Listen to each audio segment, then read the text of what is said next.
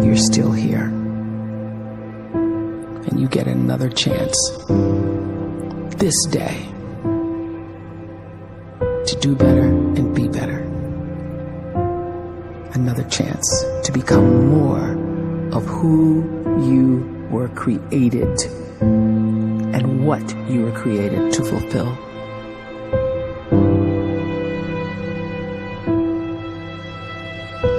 Everyone in the world is capable of living outside the role or beyond the roles that they place themselves in, no matter what it is.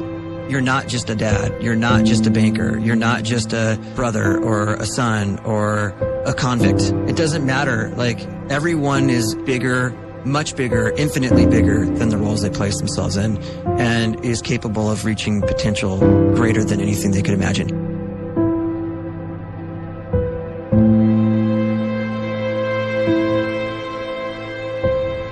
You can live the life you desire. It's right there in front of you. But in order to achieve it, you must first see it, then believe it, and then you must graciously ask and train your brain to help you execute your vision.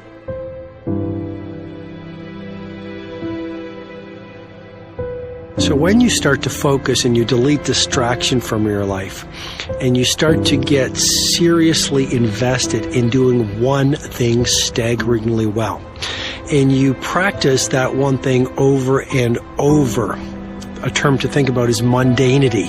You do one simple, seemingly insignificant thing every day around your main skill, and it's very mundane, but small daily improvements over time lead to world-class results.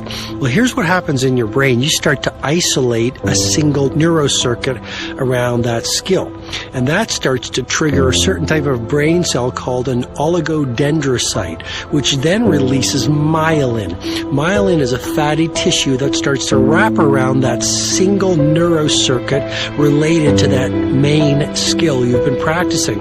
And when myelin starts to wrap around the brain circuit, what happens is you have accelerated learning times, you can see more quickly, heightened perception, and you'll learn more quickly. And that is really the quote-unquote secret of the great producers. It's not a result of some natural gift, but their daily practice, their relentlessness and their grit, their work ethic, and their singular focus and sacrifice.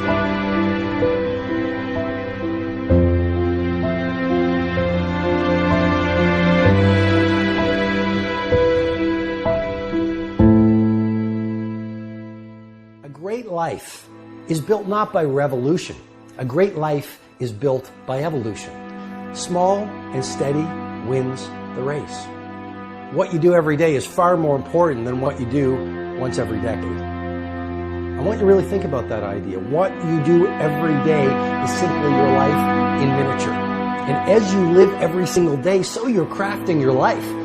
What you do over the next hours is really building your future. And if you can just get every single pocket of 24 hours right as best as we humanly can, the rest of our life is going to take care of itself. So small wins matter. The scripture says we will eat the fruit of our words. You are planting seeds when you talk. At some point, you're going to eat that fruit. My challenge is make sure you're planting the right kind of seeds. If you want apples, you have to sow apple seeds. If you want oranges, you can't plant cactus seeds, poison ivy seeds, mushroom seeds. You're going to reap fruit from the exact seeds that you've been sowing. In other words, you can't talk negative and expect to live a positive life. You can't talk defeat and expect to have victory.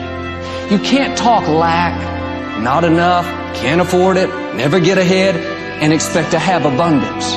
If you have a poor mouth, you're going to have a poor life. If you don't like what you're seeing, start sowing some different seeds.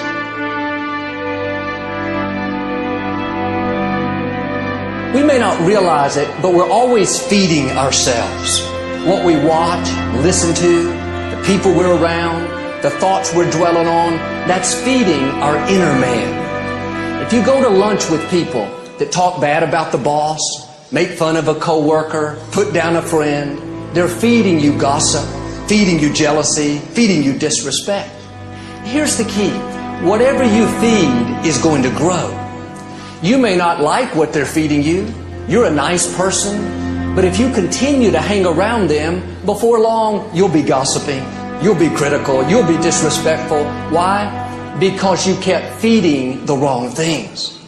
If you're always feeding negative thoughts, thinking, I'll never get well, I'll never meet the right person, you're feeding doubt, feeding mediocrity, feeding fear.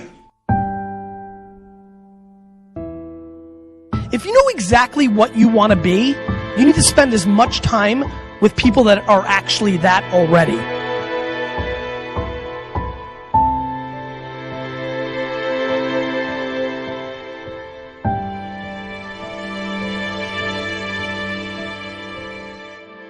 You cannot let a fear of failure, or a fear of comparison, or a fear of judgment stop you from doing what's going to make you great. You cannot succeed without this risk of failure. You cannot have a voice without the risk of criticism. And you cannot love without the risk of loss. You must go out and you must take these risks.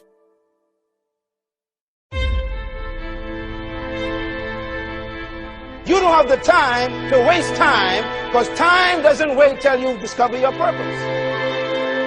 If you don't know why you was born, time is still moving. And if you discover your purpose at 90 years old, it's too late.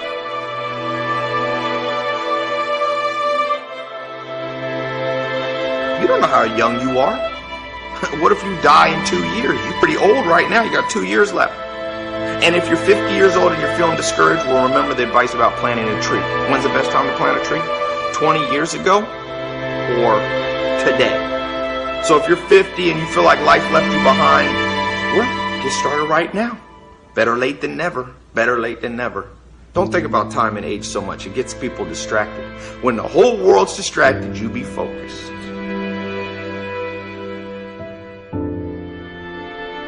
You have to trust your own voice, your own ideas, your honesty, your vulnerability. And through this, you will find your way.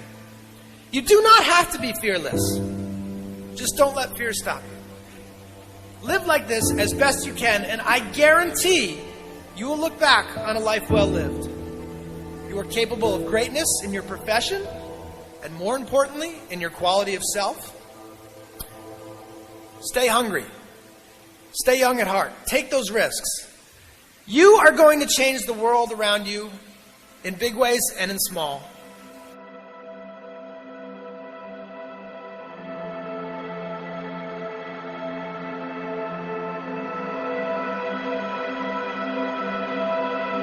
But see, anybody, if you want to, can go searching for a good plan, pick it, and start working it. And sure enough, as the time passes, as it surely will 5 years from now, 10 years from now,